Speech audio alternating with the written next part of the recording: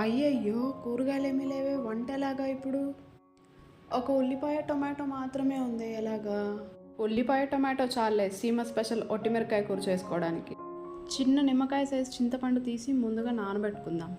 ఒక ఉల్లిపాయ, ఒక టొమాటో, 4 వెల్లుల్లి రెబ్బలు, 1 స్పూన్ ఉద్దిపప్పు, 1 స్పూన్ రైస్, కరివేపాకు రెబ్బలు 2, ఎండుమిర్చి తగినంత. ఎండుమిర్చి కారంని బట్టి 10 నుంచి 15 తీసుకోవచ్చు. ముందుగా స్టవ్ ఆన్ చేసి కుక్కర్ పెట్టి ఆయిల్ 2 స్పూన్లు వేస్తున్నాను. పావు స్పూన్ ఆవాలు వేసి చిట్లిన తర్వాత తొడిమలు తీసుకున్న ఎండుమిర్చి దోరగా మాడిపోకుండా వేపుకోవాలి.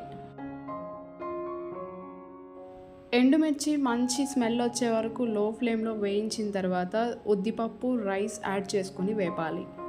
పెద్ద ముక్కలుగా కట్ చేసుకున్న ఉల్లిపాయ కూడా వేపాలి. అలాగే టొమాటో కూడా పచ్చి వాసన పోయే వరకు వేపిన తర్వాత పావు లీటర్ నీళ్లు పోసుకోవాలి. కరివేపాకు, పావు స్పూన్ జీలకర్ర, వెల్లుల్లి రెబ్బలు 4 ఇంకా పసుపు వేసుకున్న తర్వాత ఇందాక కడిగి పక్కనుంచిన చింతపండుని బౌల్తో అలాగే కుక్కర్లో పెట్టాలి.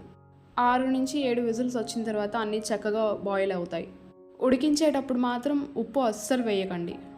కుక్కర్ హీట్ చల్లారిన తర్వాత లిడ్ ఓపెన్ చేస్తే ఇదిగో ఇలా చక్కగా బాయిల్ అయిపోయింది. ఇప్పుడు చింతపండు బౌల్ తీసి పక్కన పెట్టుకోవాలి.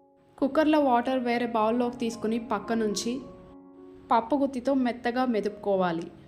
ఇలా పప్పు గుత్తితో మెదిపేటప్పుడు మాత్రమే రుచికి సరిపడా ఉప్పు వేసుకోవాలి.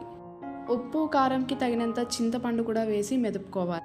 చూసారు కదా, ఒక ఉల్లిపాయ, టొమాటో, ఎండుమిర్చితో చేసిన సీమ స్పెషల్ ఒట్టిమిరపకాయ కూర.